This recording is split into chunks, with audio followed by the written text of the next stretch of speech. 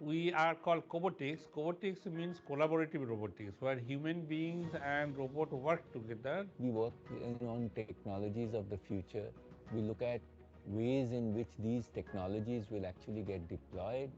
We provide leadership in this. We work with industry. So we have chosen four major thrust areas, we may call it. One is called the medical robotics. The second is the defense robotics. Third is the agriculture robotics. And fourth is the industry 4.0 or industry 5.0. We are trying to build an ecosystem here. When we talk about ecosystem, it starts from the kind of research capabilities that we are able to build. How is that we are able to instill the sense of commercialization in all those activities? We should talk about how is that research getting translated into products. So I think we want to be that ecosystem. We want to be that enabler, which is making that possible. We've also got a large number of research projects and technology development.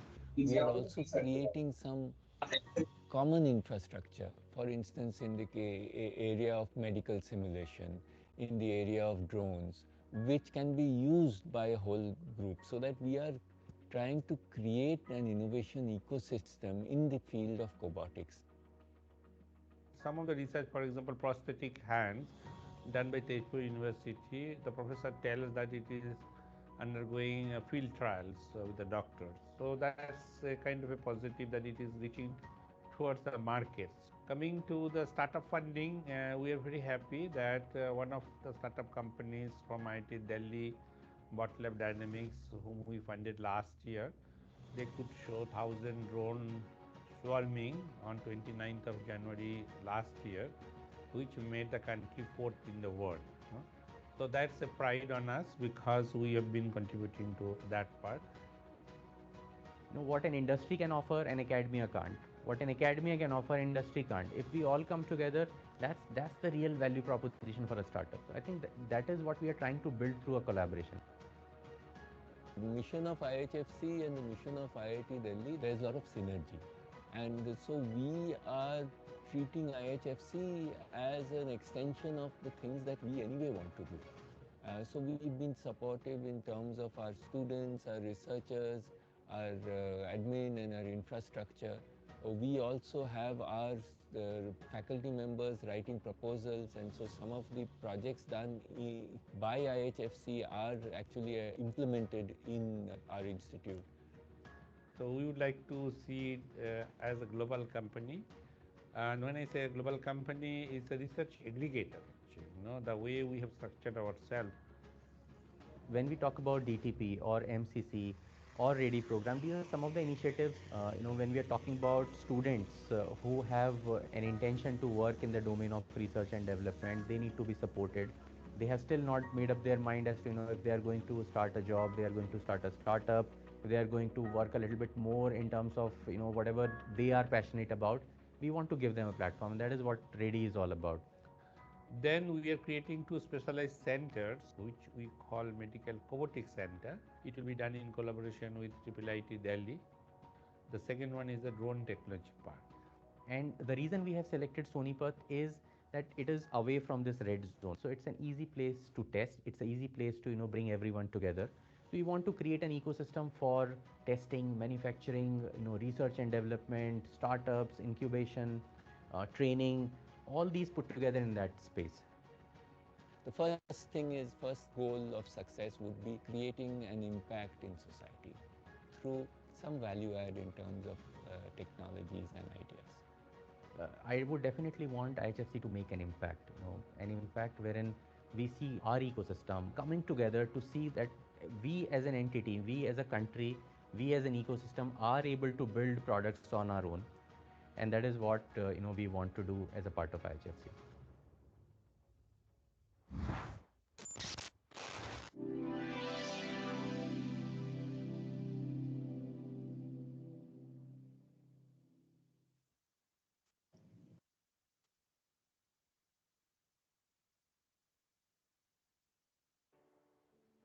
Welcome to CoboTalks, a monthly seminar series.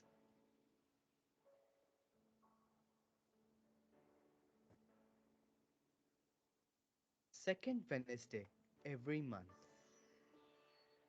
since 14th October 2020. 20 plus speakers presented on Cobotics. Our collaborating partners: IHFC, BIRD, Cognitive Science Program, a Department of Humanities and Social Sciences. IHub Foundation for Cobotics, Technology Innovation Hub of IIT Delhi, a national mission on interdisciplinary cyber physical systems by DST, Department of Science and Technology, Government of India in March 2020. A Section 8 company, iHub Foundation for Cobotics IHFC, was incorporated on June 13, 2020. About IHFC. Advances in sensing, computation, and autonomy are enabling robots and autonomous systems to enter real world domains such as manufacturing, defense, medical, agriculture, etc., where machines must work alongside and interact with humans. We are entering an era of manned and unmanned teaming where humans and robotic systems must work together towards common goals.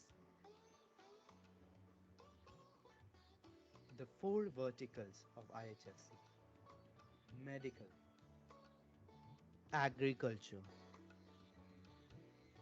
industry, and defense. Our goals: human robot collaboration for enhancing human capability and reducing risk and improving productivity.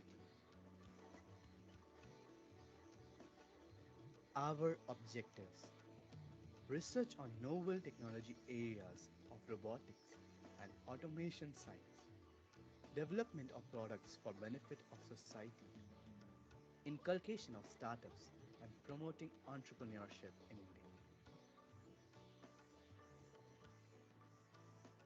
Our CQ: concept, collaborate, commercialize.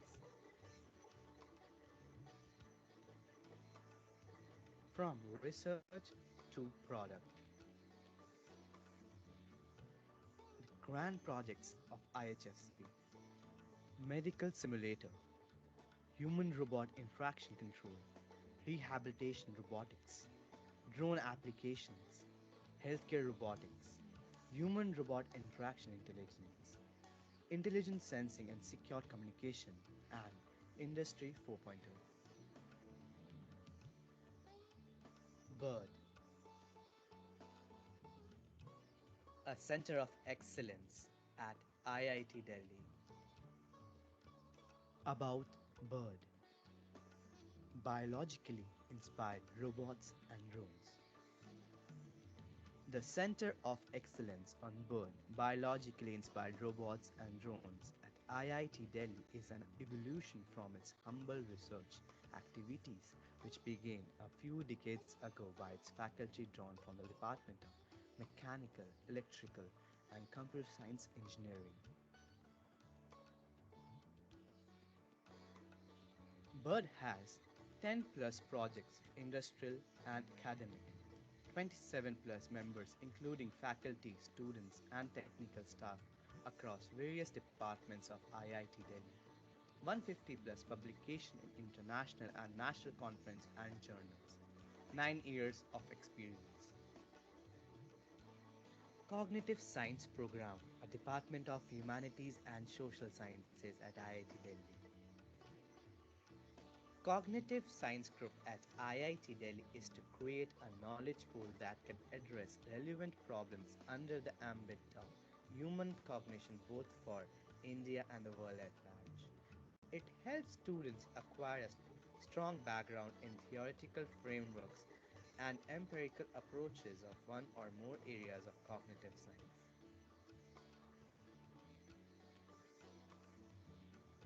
Cognitive science is an emerging new field of study that endeavors to study the mind from multiple perspectives and disciplines by combining ideas, principles, and methods from psychology, linguistics, philosophy, computer science, and neuroscience.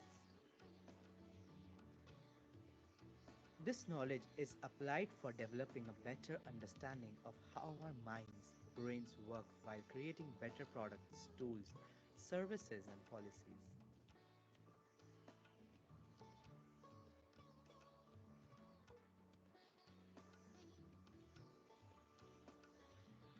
CoboTalks, leading the way in the human robot collaboration space. Thank you, Ashish. A very warm welcome to all of you to the 40th IHFC. edition of CoboTalks. And as you've seen in these two videos, that CoboTalks has been a very regular feature which shows the capabilities of the field of cobotics and what we say and what we mean by cobotics, which is collaborative robotics. And today we have with us, Mr. Anish Batra. What we deal with is a very, very wide array and range of domains. And of course, we deal with artificial intelligence as one of them. Tomorrow, if you've noticed, we are going to be completing 4 years since inception of IHFC. That's going to be our anniversary tomorrow. And it gives me a great pleasure and honor that we have somebody like as young as Anish to come on board today and speak to all of you, because Anish is not only one of our very strongly successful incubated startups called Kaidoko, which is actually one of world's first individualized psychologist, which is powered by artificial intelligence. He is clearly a case study to demonstrate that where the fear that artificial intelligence is here to probably control you, here is how he's saying artificial intelligence is here to support you, is here to actually make you understand things better, yourself better, and probably apply it in your life to ease your life. And we are going to hear about how Anish has gone about with Kaidoko helping a lot of people. Could it be children? Could it be adults? With his individualized psychologist called Kaidoko. Now, as I said, Kaidoko is incubated with IHFC at here with us at IIT Delhi and NASCOM. It's actually, if you look at it, Kaidoko has been setting absolutely new standards when it comes to mental health care, because it's a very taboo-stricken topic, which normally not everybody is very open to talk about or to talk to someone or even discuss it. And but he has brought forward a system where you can speak your heart and mind and and intelligently you will be analyzed how your next steps should be taken. You have a mentor, a guide with Kaidoko who will completely guide you in where you're stuck in life. And I think that's a brilliant thing, because mental health care is a very, very, very important part of our lives, and mental wellness is integral from childhood to adulthood. So that's what Kaidoko basically does. And Anish before this actually was with Amazon, and he has done pivotal cloud services called Lambra and API Gateway, and has supported giants like Netflix, Airbnb, and Dow Jones. So Anish's remarkable career, I could say, is decorated with various publications, patents in data sciences, cognitive sciences, which you most of you guys might be already associated with, and automation systems. Adish, of course, is a very innovative, and he's young. I mean, he's a very young guy. That's why we thought it would be so ideal for most of you to connect with him, to understand from him as to what are the nitty gritties and the nuances of artificial intelligence, how you can make it work, maybe to create a startup of your own in AI for the future. And he combines technical prowess with strategic insights, and which makes him a leader in both AI innovation as well as a startup entrepreneur. So over to you, Anish. Thank you for being with us today, and we look forward to a fabulous, enlightening talk from you. Over to you, Anish. Thank you. Okay, hi. Thank you so much for the great introduction, Pia. I hope all of you can see me, right? Am I visible, Pia? And my voice is audible, right? Yeah, audio, video, both clear. Perfect, perfect. Okay, so hi everyone. My name is Anish. Again, thank you so much for the great introduction. And yes, I'm going to keep this very transparent today and be honest about a lot of things that our journey has taught us, and something that I can share with all of you here. So I'm going to kind of center the talk around our history with Kaidoko, what actually came to our minds before starting this company, and the kind of challenges that we had to go through, which is something that today it's been 4 years since we've been doing this, but today we have a lot of resources in terms of how to actually start an AI startup. Uh, but back when we started it, understanding the ethical compliances behind it and doing the research, making sure it's actually creating an impact. It's not just for the namesake of I'm just saying something is AI and then there's no technology and etc. So it takes a lot of time and effort to actually go through it. So I'm going to just center the talk around that, and if we'll just try to keep this interactive, and any of you have any questions, I'll be more than happy to answer. I'll just share my screen pretty quickly. Yeah. Yeah, is it visible, guys? Can you see my screen? Pia, is it visible? Yeah. Okay, perfect. So, yeah, so Kaidoko, we started back about 4 years back after I left Amazon, and it has been a very journey full of ups and downs. Technology is one part of things. As an engineer, as Pia was saying that I was working at Amazon earlier, but as an engineer, a lot of things that we go through, the first thing that comes to our mind when we are starting a company or doing any of the projects on our own, or even as working as a freelancer, is to kind of make things very high tech, put all the technology that we have learned from an academic mindset, and put everything that we know about. But when you are building a startup, you eventually understand that it's a lot more than technology. And one of the prime things that we have learned is the end customer is not really concerned about what depth of technical expertise you have put into your product or your startup. At the end, they're only concerned about what benefit uh, what benefit is it to them.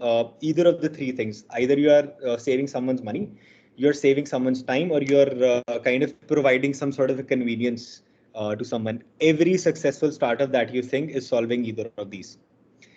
Whatever is it, I mean, you can think about Zomato, Ola, Uber, any startup that you guys can think of is kind of doing something or the other on these fields, because at the end of the day, uh, business has also a lot to do with commerce rather than just technology. So it's a combination of a lot of things. So let's start on with how Kaidoko came into the picture. So we came up with the name Kaidoko. It's a Japanese mythological term. It's a combination of two terms, Kaido and Ko. So Kaido is a mythical creature who is unaware of its own powers and potential, and Ko is an individual. So Kaidoko helps you unleash the best version of yourselves.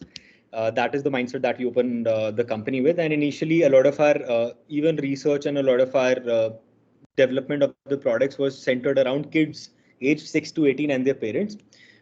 Very recently, we have started to expand across 18 years barrier, and moved into colleges, and now we are also piloting with corporates. But yeah, majority of our work previously was focused on kids age 6 to 18 and their parents. Yeah, that's how we started our journey. So yeah, as I said, Kaidoko is a result of extensive research, innovation, and psychology. So it was uh, when we were graduating from our college, me and my co-founder Guneet, we actually applied for this research project with the Department of Science and Technology. Uh, what we just developed a very small algorithm, which was not uh, you know uh, kind of absolutely novel. It was a combinational algorithm which used to understand methods of learning for students, and used to recommend them what is most suitable for them to increase memorization, concentration, attention, and so on. So we took in different attributes, based it on solely the theory of multiple intelligences, multiple natures, and it was a like kind of an initial idea that we had. So we did a lot of research around that, and published papers and filed a patent as well. But the DST project was revolved around actually validating the thing that we have developed, because with AI there are a lot of ifs and buts which are involved. Whatever model that we are using, we need to make sure that we are basing it on a lot of data, and until and unless we are actually confident that we can it is giving significant results, it is not very safe to actually put it outside in the market. So back then we were in a very kind of a project phase, and DST actually gave us that project to work around it and do research. So over 100 something schools that we targeted across aspirational districts, which is kind of like an underprivileged section, geographical section of the country, wherein the government kind of pushes companies and startups to actually work more and kind of get more output out of them, because they are the places that actually need more development. So we did data collection and implementation from aspirational districts to tier 1 cities, metropolitan areas as well, to get a actually wide variety of set, and actually kind of make sure that we are able to you know be confident that whatever we have developed is kind of working. So we started off with that very small project, and then as time went by, we raised more and more grants and put in more and more money to actually research, develop. It took us about 3 years to actually make the product. Initially, when we also onboarded another founding member, Dr. Kanika Oja. She's a senior professor and researcher from Lady Shriram College. So she took care of most of the cognitive psychology part. We were more focused, personally, were more focused on the tech side of things and the product side of things. Uh, so yeah, so the theory behind Kaidoko, that we based it on, again, as I said, everything is not just about being technically advanced. It is also kind of how you package the product and give it to people. So we need to understand mental health is not very positively taken in the country. Some parts of the country it is still considered as a taboo.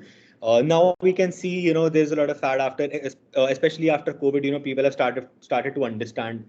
India is a segmentation of different markets, tier 1, tier 2, tier 3. Everyone has different mindsets, everyone has different approaches, paying capacities, and so on.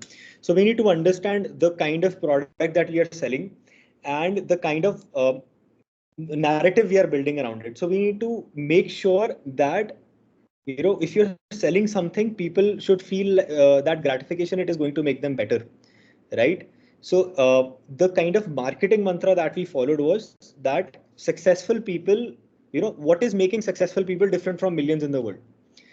So the theory is that success is a mind game. There are so many people, all of us know so many people, those backbenchers or those people who did not who did not study much, but they are still excelling in life. You want to consider it as a monetary factor, which whatever is your definition of success. But we all know someone who is who we thought is not very academically smart or something, but is doing very well in life. And we also know people who are extremely talented, brilliant in terms of academics, brilliant in terms of presenting themselves, but they're not still killing it in the game of life. So we have realized, and this is not just our theory, it's from most of the successful people that you'll speak to. Uh, it is about how mentally resilient you are, and it is about your mind. And your mind has three parts, which are the three segments that we are focusing on: uh, cognition, behavior, and personality. So again, these are the three sections that we are focusing on to actually enhance that particular individual. And anywhere that you see on the website or any of our marketing campaigns, you'll only observe that we are saying we are making people better tomorrow than today, right? So you need to build that narrative around your product, that it is giving some sort of a benefit to the customer. And Kaidoko, as is solving three primary problems. I'll dive deep into the problems later on the screen, but the three primary problems that we are solving are affordability, availability, and efficiency. Affordability, how? With the combination of technology, of course, with AI, advent of AI, and with actual counselors also in place, but with also streamlining our processes very well, because it is important to understand psychologists have a different mindset and technical capabilities are different. And if you're merging the two, you need to have very well defined processes. Otherwise, there will be lags, and at the end of the day, your efficiency will decrease. So to make it more affordable, we kind of streamlined all of our processes in terms of the delivery and the kind of solutions, whether it is something as basic as a counseling session, video recommendation, activity recommendation, to something more advanced as catering to serious issues. So we kind of streamlined the entire process, which brought down the cost and made it more affordable. So one counseling session with a decent psychologist could cost anywhere between, let's say, 800 rupees to 1500 rupees an hour. We were able to bring it down. If you could see from the website, we have products starting from 850 a month, which has weekly counseling sessions, also video recommendations, app utility, psychometric analysis, activity recommendations, chat support, and so on and so on. So we were able to bring down the cost with integration of technology. Second, availability. Everywhere you don't have good counselors which are available, and of course, which is a very basic thing that digitalization is solving. But we need to actually kind of make it more efficient as well. So that is where the AI and all the technological part of things is serving as a facilitator to the actual counselor. See, that is where a very major concern is raised. So a lot of people ask us that, okay, is this going to replace a counselor and so on? That is very, very difficult. Because psychology, mental health, and healthcare overall is such a definitive field that you have very less margins of error, and there are a lot of ethical and legal foundations in the entire ecosystem. So, for example, let me give a basic example. If I build a chatbot which is recommending a lot of AI solution, and let's say someone commits suicide, right? So that would boil down to a lot of legal implications. And when we absolutely know that AI is not 100% accurate, right? Our AI is not 100% accurate. No AI is 100% accurate. So we need to understand that you need actual counselors who can actually make decisive decisions which are difficult, but yet they have tools which are facilitating them and recommending. Right. So I'll dive deep into the technology later again. Okay. So, couple of basic problems. Not everyone is interested in each and every activity. Children, as I said, we started with children. So this is more centered around children. Children have limited resources and parents have limited time. So you need to make decisive decisions fast, and interests can vary. Personality can vary. Your behavior is mostly acquired, right? Personality, cognition, behavior, and our feelings do accentuate from what we are as a child. So if, let's say, someone threw me in a pool when I was a kid, I'll probably start fearing. I'll maybe have autophobia or something when I grow up. It's a very vague example, but just to simplify things. Psychological services are generally negative connotations, expensive, and not available in some regions. As I said, affordability, availability, and efficiency. So solution, we built an AI powered mind growth assistant. It's an ecosystem of services for kids 6 to 18, wherein parent also gets an app, child also gets an app. We also kind of calculate the parent's version of understanding of the child so as to help them understand their child better. And of course, we do analysis of the child as well. So it is a combination of a lot of attributes, including psychometric, app utility, and a couple of other black box attributes that we are taking. And then they also an actual counselor also speaks to the child and the parent, and then we have a couple of more attributes that the counselor notes down. All of that is actually fed into a recommendation engine, which is the core of the AI tech, and that recommendation engine gives out a growth chart which is for the child to follow, and the parent as well in some cases. That actually helps you recommend whether it is video content. We kind of create our own videos as well. We have our in-house studio and an in-house content creation team, which kind of creates that specific category of videos, whether it is about exercises, mindfulness. We are doing everything. And so next, we are also recommending activities, what kind of counseling sessions, or whether it is dance movement therapy, art therapy, what kind of approaches to be followed. That is also kind of recommended by the AI system based on established psychological models. So we have derived psychological models, but we have not created fresh models of our own. For example, if we are using MIM and we are using Ocean, MBTI, neuroticism checks, DISC personality tests and so on and so forth, leadership, LSQ, and so on. So we are using a lot of established models which are already there, their implications and their sampling research. But the technical part of things are recommending so as to facilitate the counselor. So that is all the entire process is built around to service the customer. Okay, so what we do again, in a nutshell, build the blueprint of the child's map through our psychological engine, identify, nurture high talent. We understand their mind map so as to, which is a term that we have coined, and we provide actionable insights. So end-to-end delivery, we are not just taking a random psychometric assessment and giving a report. We are not just doing one simple counseling session. We are not doing boring forms of therapy, which is something that we've also tried.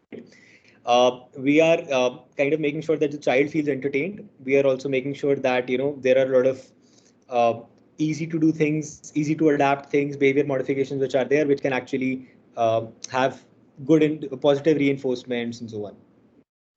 So Kaidoko, as I said, we started with building an algorithm. So there are different verticals that we are working on. Four primary verticals are there. The first one is the AI psychologist, which is something that I've been talking about for so long, which is something that we initially developed. Employability program is something that we have recently started. This is something that we are piloting with corporates and also colleges. We have actually developed workplace anxiety management, productivity enhancement, management sensitization, team building, emotional stability, so on and so forth. So that is something that we are enhancing our scale towards.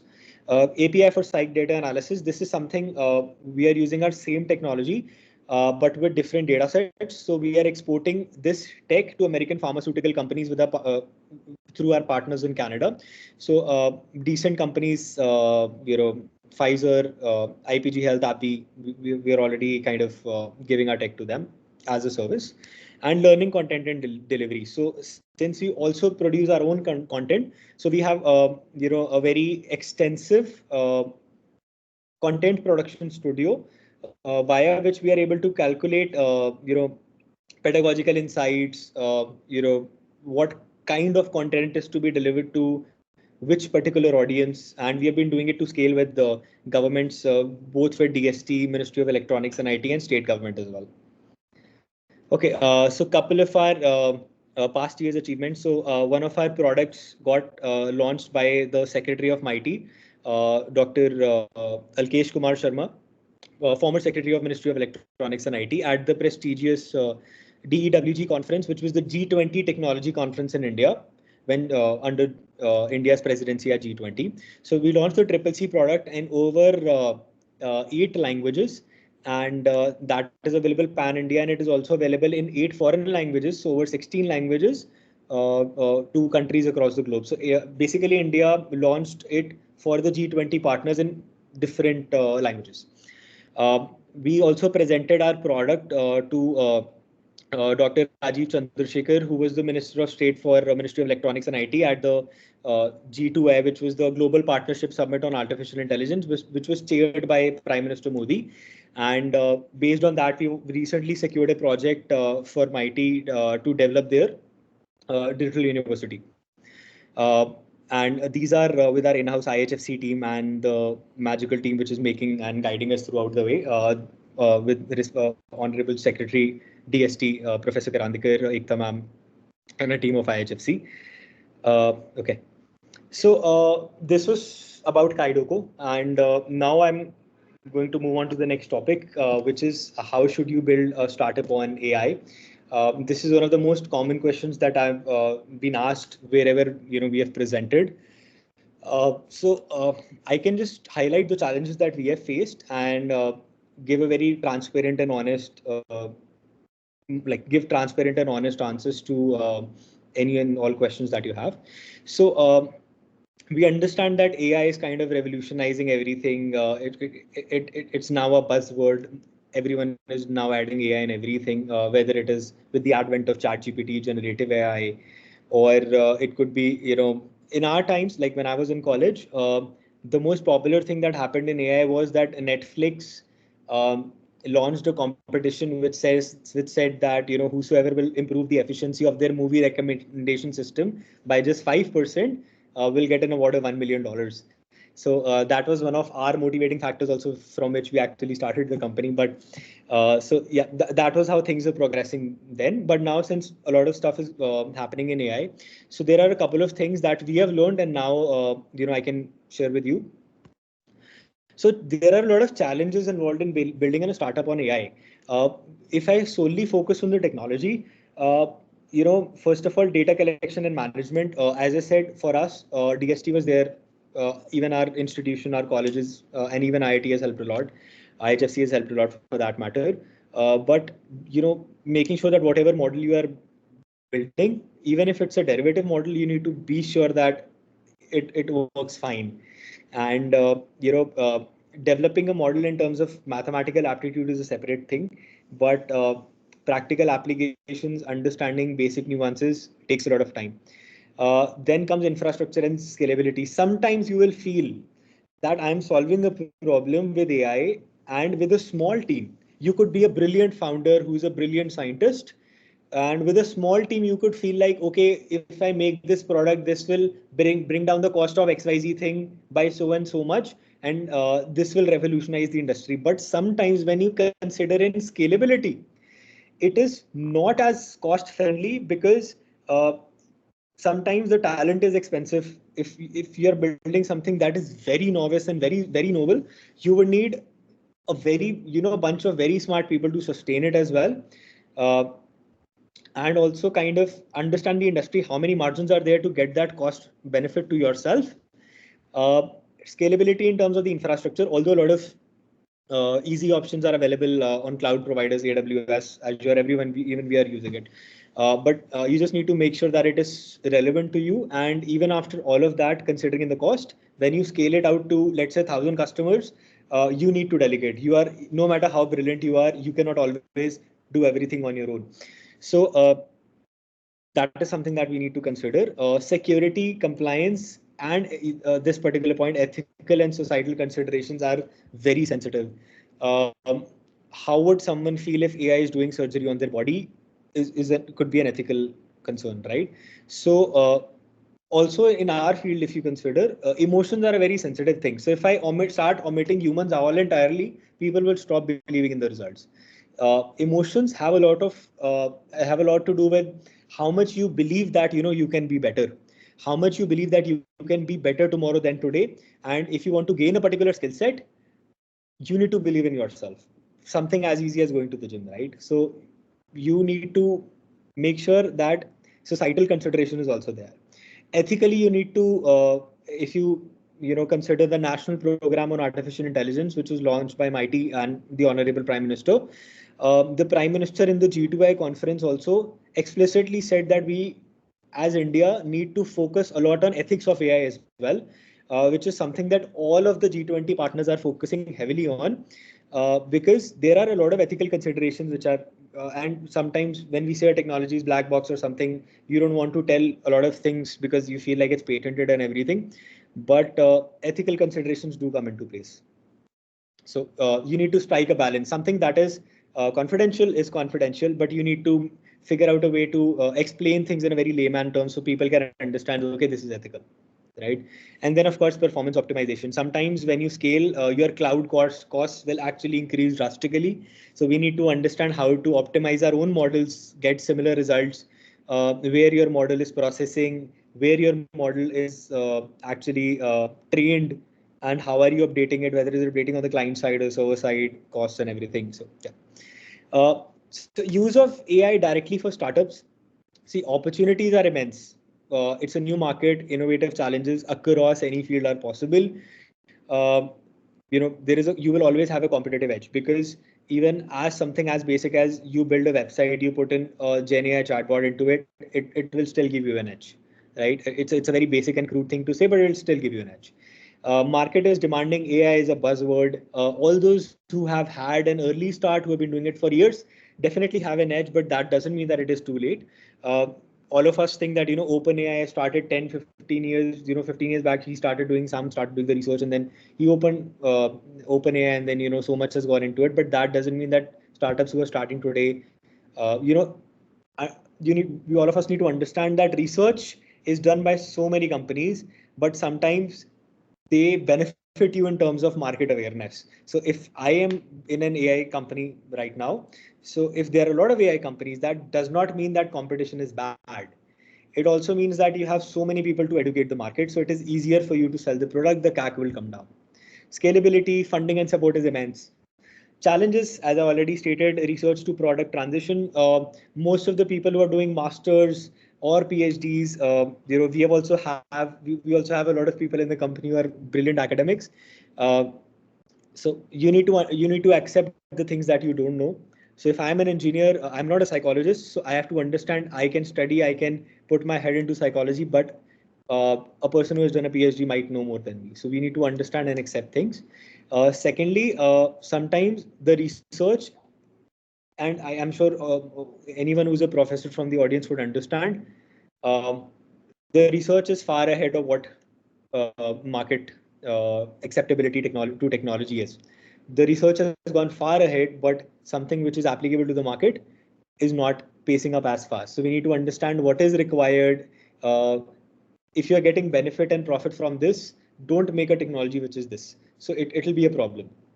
Don't go higher up in terms of technology. It will only cause extra expenses and not give as much returns, which comes to the next part, commercial viability. So resource intensive, yes, AI resource intensive as of now. Talent and expertise is expensive. Moreover, you need to understand that you need to know a bit of AI yourself, and if because there is so much jargon going on in the market that it is difficult to separate what's relevant from what's not. So you need to understand what is important. Ethical and legal considerations have already been through rapidly evolving field. So if you have an AI use case, okay, this is an interesting point. So if you have an AI use case which is applicable to uh, service a particular market for something like what we are doing, or if you're doing it for medical surgery, or if you're doing it for let's say something to do with market research, then it is okay, right? But if you are doing something in terms of strict technology, then it is a very rapidly evolving field. There is so much happening in AI that you'll always have to be competitive. So then it is more than a commercial startup, it will be more of an R&D lab. So you need to kind of draw a line between what is academically viable and what is market friendly. So recommendations from our history: do a lot of market research. For at every point that we thought that okay, this is enough, there was more to be done. So that is why it took us long. I'm not saying that this is the only way. This is what we faced. Everyone's journey is very different. So I'm not saying there is one particular path to actually succeed or whatever. Prototype and MVPs are important. MVP, the definition has changed throughout the years. Earlier, an MVP was a minimum viable product, which is a very Western friendly term. You need to understand the technical acceptability of people in the country that you're launching it. I'm not saying India is behind, but what I'm saying is India has different category of markets, tier 1, tier 2, tier 3. So make sure you're studying the market before even putting an MVP. And even an MVP today, because of the advent of so many tools, you have so many tools to help you build products, that even an MVP today has to be something that people can at least use. Uh, let's take the example of Paytm. Paytm did not put so many features all at once. They started with the basic wallet, then eventually they integrated more and more solutions. If you make a very complicated MVP, it will be difficult for people to understand. So start with a couple of basic features, but make sure they are complete. Otherwise, people will start saying कि इसका तो कुछ फायदा ही नहीं है, which is not very market friendly. Have an interdisciplinary team, because technologies, as I said, is just one part of things. On your journey, you will face a lot of challenges in terms of product market fit, marketing, narrative. Narrative is one of the most crucial things in the digital era. When people are consuming content so much, make sure your narrative is right. Partnership and collaboration. We have collaborated with so many academics, so many research, government bodies, private bodies, and even we have had massive benefits with IHFC as well. It's not just in terms of academic mentorship. There is business guidance, there's funding, and so many things. So you need collaborations, because you might not need to hire everyone. You might not be able to afford to hire everyone, but on the same side, collaboration is something that will grow the ecosystem altogether. No one will do it for free. Everyone should have something to gain, but all in all, it should be a win-win situation. Focus on ethical AI. This is a thing that will create a lot of problems in the future as people become more and more aware of deepfakes and negativities of AI. As more and more people start spreading awareness, a lot of people will start asking a lot of questions. So make sure you have answers ready for everything. So in conclusion, using AI research directly as a startup can be highly rewarding, but it requires care for planning, validation, and execution. By addressing the challenges and leveraging the opportunities, you can increase the likelihood of building a successful AI-driven startup. So thank you for listening patiently, everyone, and any and all questions that you have, I'll be more than happy to answer. Any questions? Please raise your hands and then we'll take your queries turn by turn.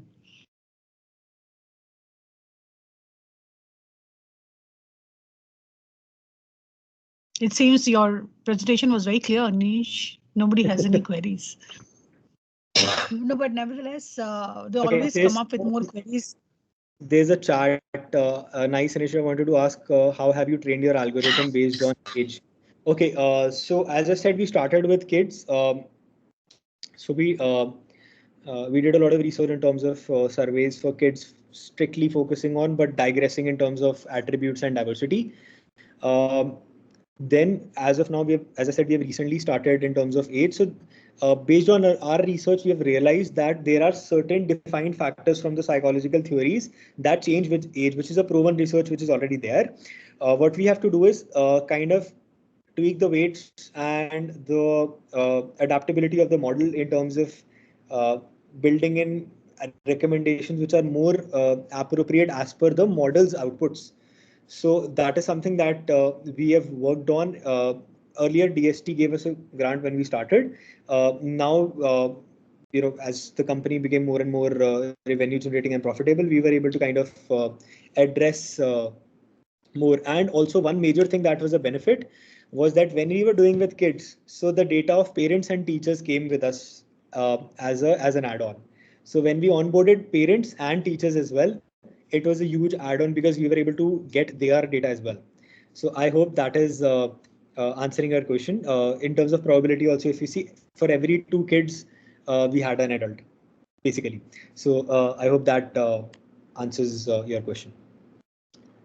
Thanks, Anish. Okay. Um, Anyone else who has a question? Hi, I kind of have a question. Sure, Yep. please go ahead. Yeah, so I went through a platform and understood it very well that you're trying to adapt to every kid's learning needs.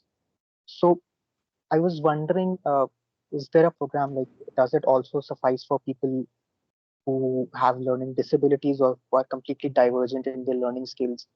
And like, how do you cope up with that? Because that seems like a pretty important aspect to it. Okay, that's a very interesting question, and so okay, so based on the models that we presently have, and of course there are actual counselors also involved. So we were able to figure out, again, I'll play my words well here. We were able to figure out if someone had a neurodivergent issue, uh, but we did not, or we have never claimed that. We used to refer them to a practitioner or a psychiatrist. Kaidoko does not prescribe any medicines. Recently, what we have done is we have started a collaborative research with a partner on neurodivergence, focusing on SLDs and ADHD. We are trying to work on more into this field because as of now, what is happening is the customers who are coming to us with that particular problem, we are kind of forwarding their concerns to someone else and kind of solving it. We are now trying to build the capability ourselves in a more technically advanced way, using EEG headsets and so on. It's a very, very, very research-based thing. We're not even sure that we'll put it out to market or anything, but that is something that we've started working on. But as of now, our approach is very clear. We do not kind of claim or prescribe anything. We simply transfer that to a practitioner. I hope that answers your question, Utkarsh. Yeah, thank you. Anish, there's a Okay, question in great. the Thanks, chat Uttar. from Ashish. I think we have one more question. Yeah. So Ashish is asking, do you have any future opportunities for cognitive science students? Yeah, we are actually always looking for people who can fit onto our team and work. So yeah, that is something that we can always do. If you're asking for opportunities in terms of jobs or internships or anything, you can always send any of your profiles to work at kaidoko.com. As a startup, it's much easier for us when people send us profiles rather than we advertise and start looking for people. So yeah. Yeah, so it will be nice, Anish, maybe if you could give us your contact email address as well as your where people, maybe we have few MSc Cognitive Science students here who would probably like to maybe apply, maybe do an internship or get a job opportunity with Kaidoko. So kindly share your IDs where they can approach you. Absolutely. So for MS Cognitive Science, we are actually planning to open up, openings on LinkedIn pretty soon. But I'm still dropping our recruitment email address here. I'll drop it on the chat for hiring.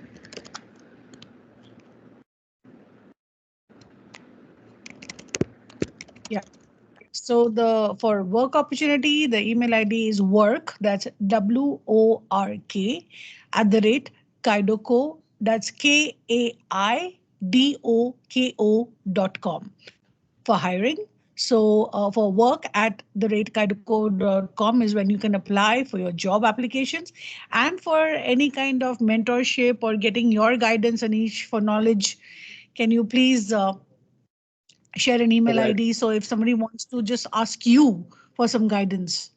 okay, I just dropped my email ID on the chat as well. So, yeah. Okay.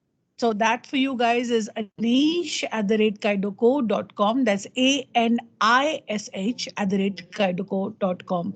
So please do reach out because I'm sure all of you are, Anish is probably just few years older than you. So it will be a great opportunity to learn from someone as young and get mentored by him when you're branching off into something in AI realm.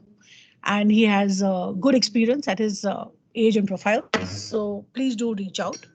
Anish, is there anything particular you would like to say on this platform to our students, which could, for the future of AI, and what they need to look out for, and what is the opportunities and scope, or anything that you would like to share?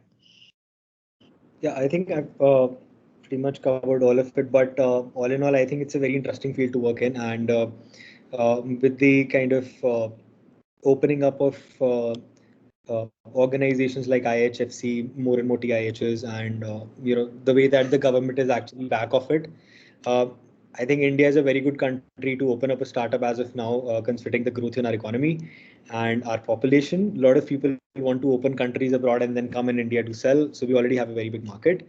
Um, and I think in today's time, whether if you want to be a freelancer, if you want to be a startup founder, or just as a consultant from cognitive sciences, or any of the research background. I'm biased towards cognitive science because that's our field, but anyways, I think it's a brilliant time to be, and more and more companies will eventually start looking for it.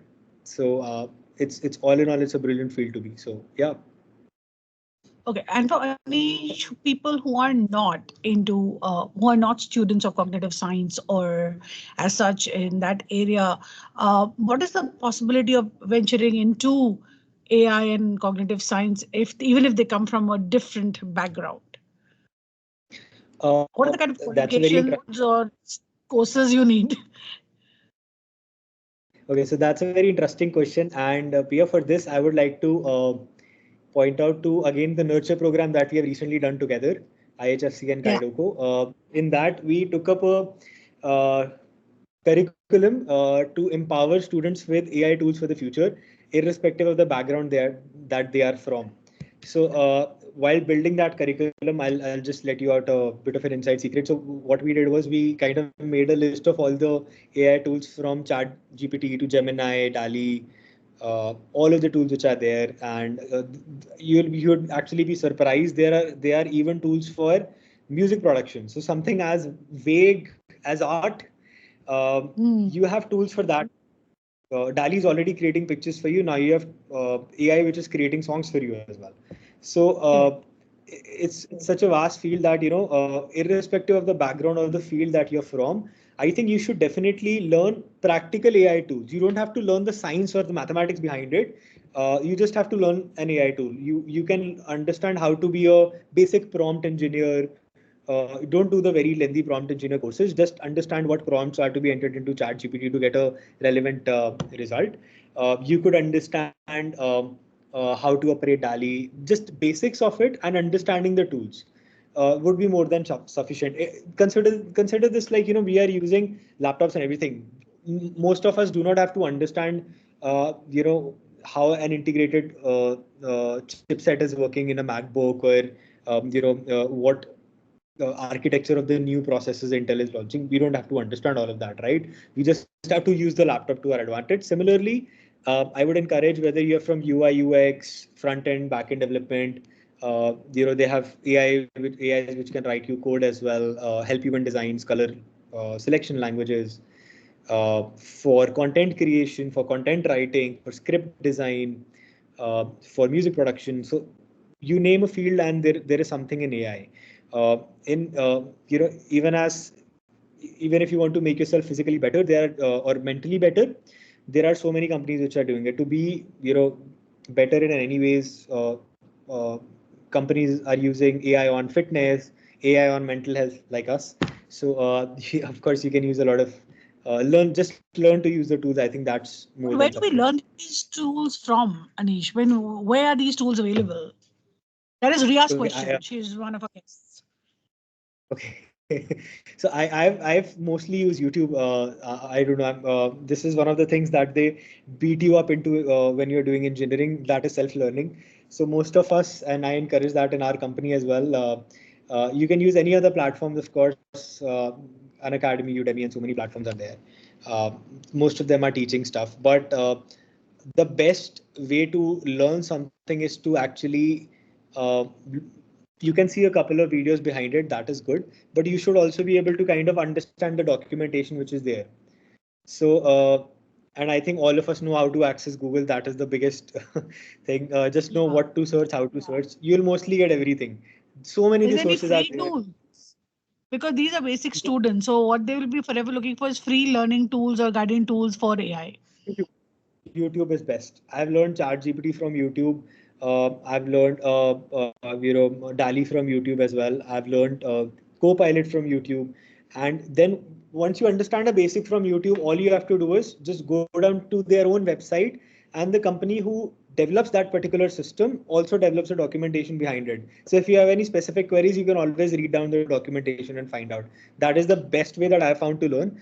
Of course, courses and everything are there which will make things simpler for you. The only thing a paid course will do for you is something that will take you 2 hours. They can probably teach you in, let's say, 90 minutes, 1.5 hours. So it will save you time. That is obviously what is the benefit of using edtech. But all in all, you can learn everything for free because the company that made that product definitely wants you to understand things. So they have resources built around it as well.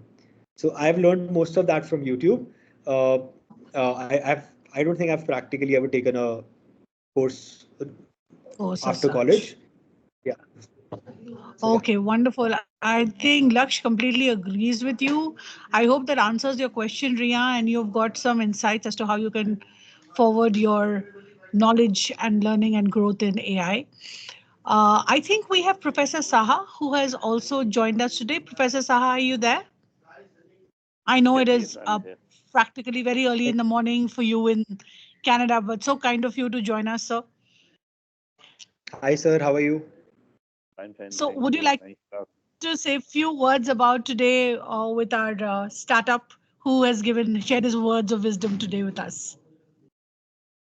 These days are AI all the places. So thanks, Anish, for giving us tips and on an important area where whole world is looking forward to. So we look forward to more success for you and more AI applications in the domain of our Cobotics. Thank you.